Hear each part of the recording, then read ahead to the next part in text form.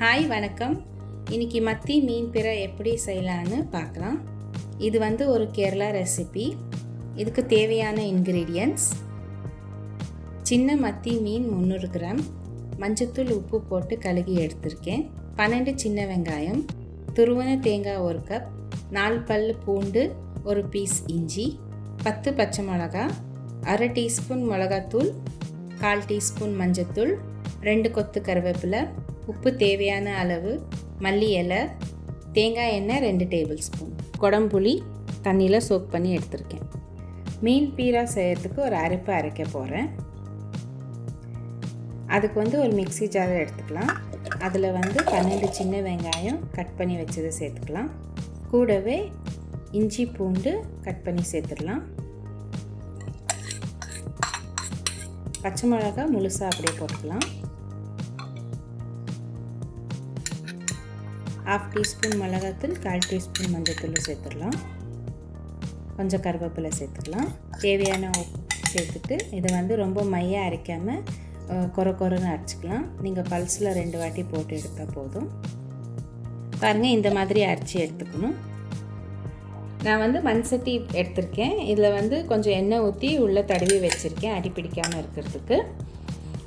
அரைச்சி வச்ச அரைப்பை இதில் சேர்த்துடலாம். கூடவே துருவின தேங்காய் 1 கப்பு சேர்த்துக்கலாம். சின்ன மத்தி மீனும் இதுக்குள்ளே சேர்த்துடலாம். மத்தி மீனை சேர்த்துட்டு ஊற வச்ச குடம்புளியை நான் வந்து சுடு தண்ணியில் போட்டு ஊற வச்சுருக்கேன். ஒரு 5 டேபிள் ஸ்பூன் தண்ணியை சேர்த்துட்டு அதுவும் இதுக்குள்ளே போட்டுட்டு நல்லாவே நம்ம மிக்ஸ் பண்ணி விட்டுடலாம் கையில்.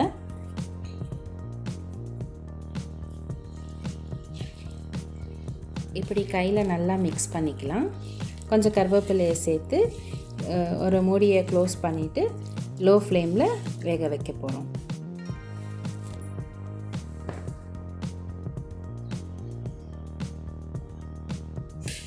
கேஸை ஆன் பண்ணிவிட்டு லோ ஃப்ளேமில் வச்சுட்டு இந்த மண் சட்டி அது மேலே வச்சிடலாம்.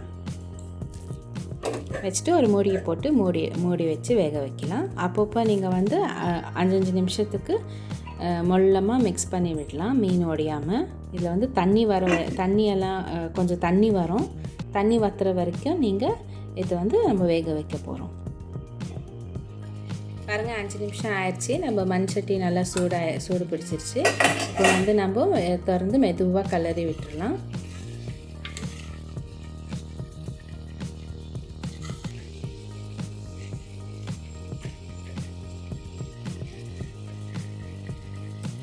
மீனெல்லாம் திருப்பி விடலாம். இது வந்து நான் ஃபுல் ப்ராசஸ்ஸே வந்து லோ ஃப்ளேமில் தான் வச்சு குக் பண்ண போகிறேன்.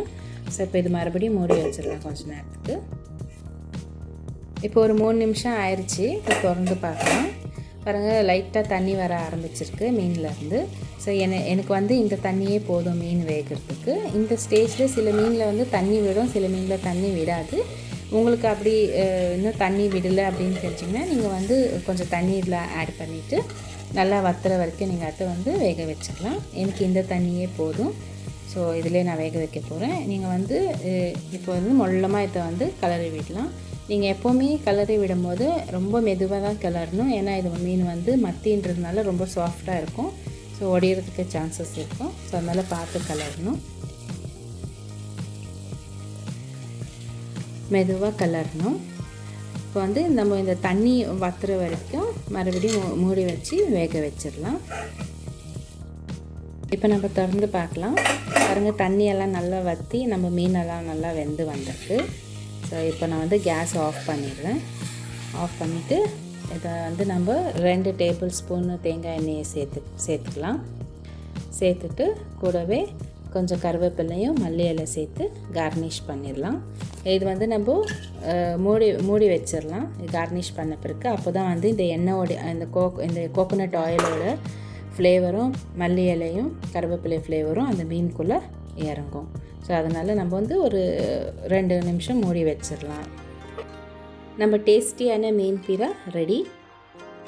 நீங்களும் இந்த மீன் பீராவை ட்ரை பண்ணி பாருங்கள். தேங்க்யூ.